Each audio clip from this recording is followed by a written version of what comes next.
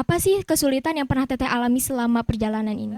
Dan itu menjadi salah satu tantangan terbesar dalam hidup Mulyani ketika harus kalau ditanya ingin terus jadi mojang kayaknya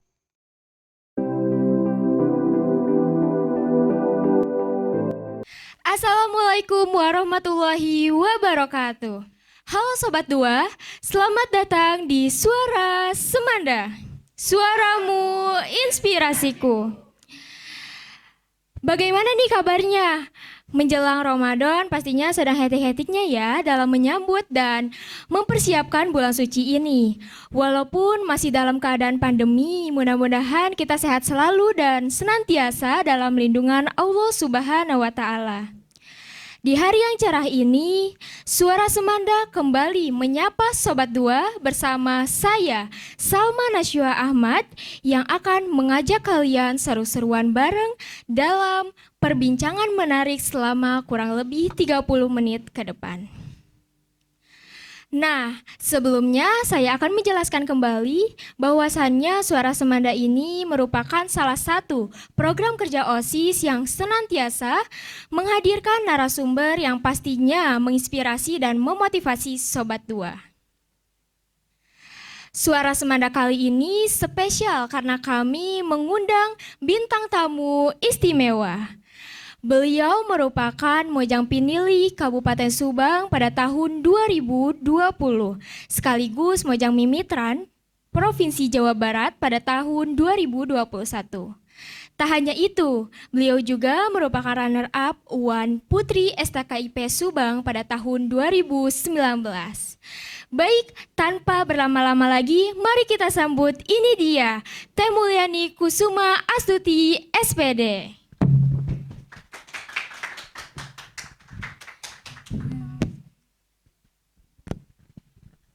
Selamat siang Teh, apa kabar? selamat siang. Ini namanya Suara Semanda ya? Iya. Tadi apa jargonnya? Suara Semanda, suaramu inspirasiku. Boleh aku coba ya? Iya, boleh. Teh Salma bilang Suara Semanda, nanti aku yang jawab coba. Suara Semanda, suaramu inspirasiku. Baik, sebelumnya Salma mewakili rekan-rekan sekalian mengucapkan terima kasih karena Teteh sudah meluangkan waktunya untuk bisa hadir di Suara Semanda kali ini. Nah, akhir-akhir ini Teteh lagi sibuk apa sih? Oke, kalau ditanya lagi sibuk apa, pasti tiap orang punya kesibukan masing-masing ya Teh. Kalau aku sendiri sekarang lagi mempersiapkan untuk Pasanggiri Mojang Jejaka Kabupaten Subang 2022. Yang tepatnya besok hingga hari Kamis akan melaksanakan karantina di salah satu hotel di Kabupaten Subang. Dan saya pun menjadi salah satu staf pengajar di Sekolah Dasar Negeri di Kabupaten Subang. Dan tentunya ketika ada penugasan dari paguyuban, saya pun akan melaksanakan penugasan tersebut. Gitu sih Teh kalau kegiatan aku sekarang gitu. Nah, untuk menjadikan Teteh seperti yang sudah kita ketahui, Teteh ini seorang mojang gitu ya. Pasti dong ada kesulitan gitu. Tidak mudah gitu untuk menjadi mojang, apalagi Teteh itu aktif gitu ya di organisasi. Lalu bagaimana sih tips Teteh gitu untuk memotivasi diri agar bersemangat dalam beraktivitas, khususnya nih bagi para pemuda yang emang akhir-akhir ini tuh emang lagi mager-magernya gitu dalam beraktivitas. Oke, kalau ditanya motivasi aku gitu ya, bisa ada di titik inilah istilahnya ya. Boleh aku bercerita? Boleh banget. Dulu aku sempat punya mimpi pengen jadi seorang penyanyi dan seorang aktris, hingga akhirnya itu yang jadi motivasi buat aku buat lebih semangat untuk menggapainya. Tetapi aku ngerasa pada saat sekolah menengah pun masih ada di posisi zona nyaman gitu Teh. Masih itu-itu aja, masih males-malesan, hingga akhirnya aku ngerasa kayaknya cocok deh kalau misalkan aku mulai keluar dari zona nyaman aku mulai tingkatin nih PD aku dengan cara pada saat pertama kali masuk kuliah, aku lihat senior ya Teh, lihat senior aktif di organisasi, itu menjadi trigger tersendiri buat aku buat ikutan organisasi. Aku awalnya ikutan KPUK. Kalau KPUK itu kan Komisi Pemilihan Umum Kampus, nggak jauh beda nih sama KPU di Indonesia. Tugasnya tuh untuk mengatur pemilihan presiden mahasiswa kalau di kampus ya Teh. Dari situ aku mulai meluaskan zona nyaman aku, ataupun aku mulai memperluas relasi aku, ikutan badan eksekutif mahasiswa, hingga aku ikutan tadi putra putri kampus Ya itu awalnya dari motivasi aku pengen dikenal orang, pengen jadi aktris, pengen jadi penyanyi gitu. Dengan apa? Dengan cara dalam prosesnya tuh pasti ada yang namanya suka dan duka. Nah, suka dan dukanya itu aku jadikan motivasi untuk aku lebih berkembang lagi. Kayak gitu, Teh. Nah, buat teman-teman kalau misalkan ditanya, Teteh motivasinya apa? Motivasi yang aku alamin, yang aku dapatkan itu pada saat proses berjalan ataupun proses aku mengikuti rangkaian kegiatan yang aku dapatkan selama ini. Kayak gitu. Jadi intinya kita tuh harus berani mencoba ya Teh. Lalu Betul. nih, pasti ya Teteh tuh memiliki pengalaman-pengalaman yang pastinya sangat berharga gitu ya Teh. Boleh dong sharing-sharing ke kita gitu, khususnya ke Sobat Dua, pengalaman-pengalaman apa yang sudah Teteh alami gitu selama ini? Oke, dari organisasi sendiri di kampus ya Teh, relasi tentu semakin banyak. Kalau di Moka, yang tadinya aku gak nyangka bakalan kenal sama pejabat-pejabat di Kabupaten Subang, aku dapatkan itu di Moka Subang. Pun aku dapat teman baru dari Mojang Jejaka Jawa Barat gitu. Itu hal positif yang aku dapatkan selama aku berkegiatan gitu Teh. Baik itu dari organisasi kampus, kemudian Mojang Jejaka Kabupaten Subang, dan Mojang Jejaka Jawa Barat. Kayak gitu Teh.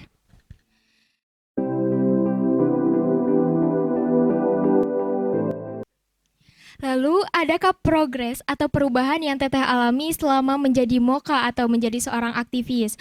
Dan pasti dong selama perjalanan Teteh itu ada kesulitan yang terbesar gitu. Apa sih kesulitan yang pernah Teteh alami selama perjalanan ini? Oke, untuk progres sendiri, dulu Mulyani dari segi fashion ya, Mulyani nggak seperti ini dulu. Waktu awal masuk kuliah, Mulyani sebagai uhti ya, ceritanya Mulyani itu uhti banget gitu karena jarang banget pakai jeans ataupun pakai celana bahan gitu. Mulyani ke kampus seringnya tuh pakai gamis yang bunga-bunga dengan kerudung yang motif salur kayak gitu. Jadi kan bertabrakan gitu ya, Teh, tidak mencerminkan kalau sekarang dibandingkan gitu ya, tidak mencerminkan tanda kutip seorang mojang gitu. Tetapi setelah berjalannya waktu, Mulyani ikutin kegiatannya, Mulyani nikmatin prosesnya, jadilah Dar Mulyani sekarang kayak gini gitu. Setidaknya ada sedikit perubahan dari segi fashion. Untuk kepribadian tentunya akan semakin baik ya Teh. Mulyani rasakan dari kepribadian semakin baik, terus dari segi pengetahuan bertambah setelah bergabung dengan Moka maupun kegiatan yang lain gitu. Untuk kesulitan sendiri, pada saat Mulyani akan melanjutkan perjalanan dari Moka Subang ke Moka Jabar, itu ada kesulitan ataupun tantangan terbesar yang harus Mulyani pilih dan harus sesuai juga sama keinginan orang tua. Karena pada saat Mulyani akan melanjutkan perjalanan menuju Moka Jabar, orang tua tidak mengizinkan Teh. Karena pada saat itu Mulyani di semester 8 lagi hektik-hektiknya nyusun tugas akhir, orang tua tidak mengizinkan karena Mulyani harus menyelesaikan terlebih dahulu pendidikan. Karena kan awalnya Mulyani ikut Moka tuh dari kampus dulu gitu. Yang awalnya Mulyani masuk kampus, kemudian ada ibaratnya ajakan untuk ikut Moka, yang Mulyani ikutin, ternyata rezekinya di situ, ya orang tua mau nggak mau tetap harus milih satu, harus milih pendidikan gitu. Hingga akhirnya Mulyani berikan alasan, kemudian Mulyani arahkan orang tua bahwasanya kegiatan Moka tidak akan mengganggu perkuliahan ataupun pendidikan Mulyani gitu, apalagi di semester akhir. Akhirnya orang tua mengizinkan Teh, mengizinkan untuk berangkat ke Jabar gitu. Dan Mulyani menyelesaikan keduanya dengan sangat baik. Alhamdulillah Allah juga mempermudah perjalanan Mulyani pada saat proses ke tingkat Jabar kayak gitu Teh. Nah, Sobat Dua pastinya dong banyak perubahan yang Teh Mulyani alami selama menjadi mojang atau bahkan bisa dibilang seorang aktivis. Oke, kalau misalkan penasaran nanti Mulyani boleh tunjukin ya foto Mulyani dulu sama yang sekarang gitu. Ya, boleh Ya, dong. nanti Mulyani kasih ya ke Teh Salma. Oke Teh. Lalu ya Teh, mengenai alasan Teteh nih ke orang tua. Nah, alasan terkuat apa sih yang Teteh bicarakan ke orang tua Teteh sehingga orang tua Teteh tuh percaya banget eh, kalau misalkan kegiatan itu tuh benar-benar bisa bermanfaat buat Teteh. Oke, yang pertama dengan PD-nya Mulyani sampaikan bahwa Mama, Bapak pulang dari Jabar Mulyani bawa penghargaan buat Subang gitu awalnya. Pede banget gak sih? Pede Bilang banget. pengen bawa penghargaan padahal kan nggak tahu potensi Mulyani itu ya masih di bawah gitu ya kan Teh. Hingga akhirnya orang tua ya udah kalau misalkan mau berangkat ke Jabar pulangnya harus bawa penghargaan gitu. Itu. yang Jadi bikin dikasih mereka tantangan luluh. gitu ya Iya oleh orang betul. tua Teteh. Nah, menjelang bulan Ramadan nih Teteh nih sebagai seorang aktivis atau sebagai mojang, adakah persiapan yang Teteh siapkan untuk kegiatan bulan Ramadan yang akan datang? Apakah Teteh akan berdiam di rumah atau bahkan mengadakan kegiatan di luar gitu? Oke, seperti yang Melini sampaikan tadi, bahwasanya Melini sebagai seorang staf pengajar ya di salah satu sekolah dasar negeri di Kabupaten Subang, tentunya akan mengadakan kegiatan-kegiatan bersama murid-murid Mulyani nantinya. Misal pesantren kilat, karena sekarang kan setengah-setengah ya teh, ada yang daring, ada yang luring gitu. Dilakukan secara online karena lebih fleksibel juga waktunya. Kalau untuk kegiatan, karena sekarang Moka Subang sedang mengadakan pasang giri, otomatis Mulyani akan mengikuti rangkaian kegiatannya. Ini tuh detik-detik Mulyani mau lengser gitu. Jadi ya udah dinikmatin, dirasain gitu. Bakalan lengser nih. Jadi ya udahlah. Sekarang ikutin kegiatan Moka dulu. Kalau untuk diri Mulyani sendiri tentu mempersiapkan yang pertama kesehatan ya teh, apalagi di masa pandemi kita akan melaksanakan bulan suci Ramadan gitu ya teh, harus pintar-pintar jaga kondisi tubuh terus Mulyani gitu, mulai dari minum vitamin, kemudian rajin olahraga tipis-tipis gitu. Yang awalnya aku cerita ya teh, Ya boleh. dulu sebelum adanya COVID dan persiapan ke Jabar, Mulyani rajin banget olahraga mulai dari nge-gym, senam dan lain-lain. Mungkin sekarang agak dikurangin karena porsinya sudah bukan Mulyani lagi gitu, udah kayak udah tua lah gitu, jadi dikit-dikit aja olahraganya kayak gitu teh. Baik Teh, mengenai aktivitas Teteh gitu ya di Moka, terus di kampus Teteh bahkan, terus ada nggak sih pesan kesan Teteh selama menghadapi dunia perkuliahan?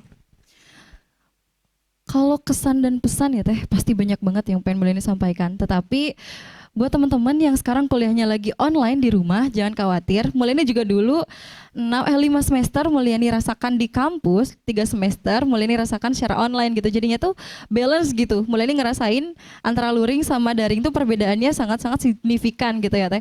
Kalau luring kita bisa ikutan organisasi, ngadain kegiatan yang benar-benar gede gitu. Sekarang semuanya serba online, yang Mulyani rasa tidak ada batasan sebenarnya karena masih bisa dilaksanakan secara online, tetapi memang ada beberapa yang dikurangin gitu, apalagi di masa pandemi ini yang online tadi kan ya.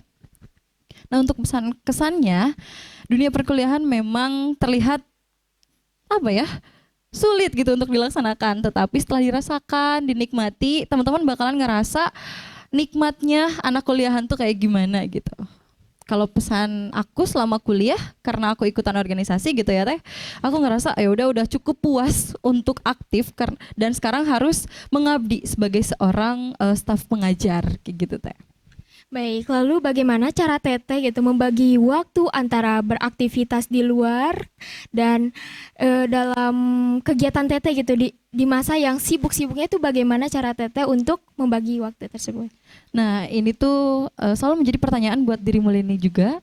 Gimana sih cara aku buat ngebagi waktu gitu? Emang kamu bisa ngebagi waktu antara kuliah, nyusun skripsi ya kemarin terus Moka Jabar juga, Moka Subang juga, itu caranya gimana? Yang pertama yang Mulyani lakukan ketika ada 3 kegiatan sekaligus dalam satu hari, tentu Mulyani akan mengambil yang didahulukan, yakni pendidikan. Waktu itu pernah Mulyani ada pengalaman ya teh, ada 3 event dalam satu waktu. Yang pertama itu ada photoshoot bareng Moka Subang, kemudian ada bimbingan bareng dosen pembimbing, dan yang terakhir itu ada acara keluarga. Yang Mulyani utamakan tentu yang pertama itu Mulyani photoshoot dulu. Kenapa? Karena waktu untuk bimbingan itu fleksibel, bisa sampai jam 5 sore. Makanya Mulyani utamakan yang photoshoot dulu. Untuk acara keluarga, karena memang acara keluarganya malam, jadi bisa diterakhirkan gitu. Yang penting sih teman-teman harus lihat dulu time schedule-nya gitu. Mana nih yang sekiranya bisa didahulukan dan mana yang sekiranya bisa diterakhirkan gitu. Walaupun semuanya itu penting untuk dilaksanakan bareng gitu. Berarti mengenai skala prioritas ya Teh. Lalu ada pesan kesan yang Teteh sampaikan nggak sih buat warga, buat Sobat Dua nih khususnya, dan buat pemuda yang ada di Kabupaten Subang ini? Yang pertama, tetap jaga kesehatan. Dan yang kedua, lakukan apapun yang ingin kamu lakukan, karena sebaik apapun kamu melakukan akan mendapatkan hal yang baik pula gitu. Itu Ada aja lagi sih Teh? teh, simpel aja. Yang penting mah kalau mau ngelakuin sesuatu ya harus dengan niat yang ikhlas. Allah juga pasti akan mempermudah jalannya. Oh iya, mengenai dunia perkuliahan nih, kalau boleh tahu atau sharing-sharing, Teteh tuh di dunia perkuliahan tuh aktif sebagai apa sih, di bidang apa sih gitu? Oke, dulu pertama pada saat masuk kuliah Mulyani menjabat sebagai sekretaris KPUK selama 2 periode. Kemudian melanjutkan perjalanan di Badan Eksekutif Mahasiswa. Periode pertama Mulyani menjabat sebagai Dirjen Ormawa, Kementerian Dalam Kampus. Tahun berikutnya Mulyani menjabat sebagai Menteri Dalam Kampus tahun 2019-2020. Pun Mulyani menjabat sebagai Ketua Divisi Unit Kegiatan Mahasiswa Anima atau Asosiasi Seni Mahasiswa, dan kegiatan-kegiatan di luar dari itu masih ada sih teh sebenarnya, cuman takutnya nih teman-teman masih penasaran sama kegiatan Mulyani selama di kampus, boleh langsung aja nanti chat-chat Mulyani di Instagram ya teh, boleh kan? Boleh dong. Oke. Ternyata Teteh aktif banget ya di dunia kampus. Ya itu karena pengen terkenal, pengen dikenal banyak orang, jadi semuanya diikutin gitu. Nah, Sobat Dua, sudah dilihat kan bahwa Teh Mulyani ini adalah seseorang yang memang bisa disebut seorang aktivis atau emang aktif dalam berorganisasi. Lalu nih, sebelum Teteh pandai dalam public speaking, pasti Teteh mengalami kayak insecure gitu dalam public speaking. Nah, gimana sih tips Teteh agar public speaking kita tuh lancar, bagus, dan menarik gitu didengar oleh banyak orang? Ada istilah mengatakan jam terbang mempengaruhi kita dalam berbicara di depan umum. Makanya kenapa buat teman-teman kalau masih penasaran pengen pinter public speaking gitu ya, ayo keluar dari zona nyaman buat ikutan minimal organisasi di dalam sekolah atau lingkup kecil. Misal teman-teman mengajukan diri sebagai KM gitu, yang nantinya kan akan bertemu sama guru gitu kan, akan ketemu sama KM-KM yang lain, yang otomatis teman-teman akan ngobrol, akan sharing. Itu gunanya kenapa kita harus keluar dari zona nyaman. Dulu aku sempat nggak pede, nggak bisa public speakingnya teh, sampai sekarang masih belajar, cuman setidaknya lebih better daripada sebelumnya gitu. Dulu aku insecure banget karena ngelihat teman-teman aku tuh pinter ngomong di depan kelas gitu, karena aku basicnya di pendidikan, kuliah juga di pendidikan gitu, yang mengharuskan aku buat berbicara di depan umum gitu, karena nggak mungkin kan seorang guru kikuk di depan muridnya gitu. Iya, Awalnya apalagi tuh kan anak muda kepaksa, gitu. lama-lama terbiasa kayak gitu sih teh. Udah Teh. Lalu nih Teh, kan Teteh sekarang udah selesai kuliah dan sekarang udah terjun untuk mencoba menjadi profesi guru. Nah, adakah kegiatan-kegiatan kedepannya yang bakal Teteh rencanain ataupun Teteh akan terus mengabdi menjadi mojang? Kalau ditanya ingin terus jadi mojang, kayaknya sudah cukup ya teh. Sudah cukup masanya 2 tahun menjabat di Moka Subang, kemudian masih menjabat di Moka Jabar gitu. Sekarang ingin mengabdi menjadi seorang pengajar karena tertarik dengan istilah pahlawan tanpa tanda jasa tuh seorang guru kan. Guru adalah pahlawan tanpa tanda jasa, betul Iya, kan? Aku betul. pengen mengaplikasikan itu dalam diri aku gitu. Makanya sekarang juga sedang mengajukan beberapa program kepada kepala sekolah untuk direalisasikan ke depannya kayak gitu teh. Baik Teteh, pertanyaan tadi merupakan pertanyaan terakhir. Nah, Salma ucapkan terima kasih banyak karena Teteh sudah meluangkan waktunya untuk bisa hadir di Suara Semanda kali ini. Dan Salma juga ucapkan terima kasih kepada seluruh warga Dua yang sudah ikut berpartisipasi dalam Suara Semanda kali ini. Semoga apa yang Teteh sampaikan bisa bermanfaat dan pastinya bisa memotivasi kita semua. Nah, tungguin Suara Semanda selanjutnya dengan speaker-speaker menarik yang akan menginspirasi kita semua. Saya Salmana Syuahmat, pamit undur diri. Terima kasih. Wassalamualaikum warahmatullahi wabarakatuh.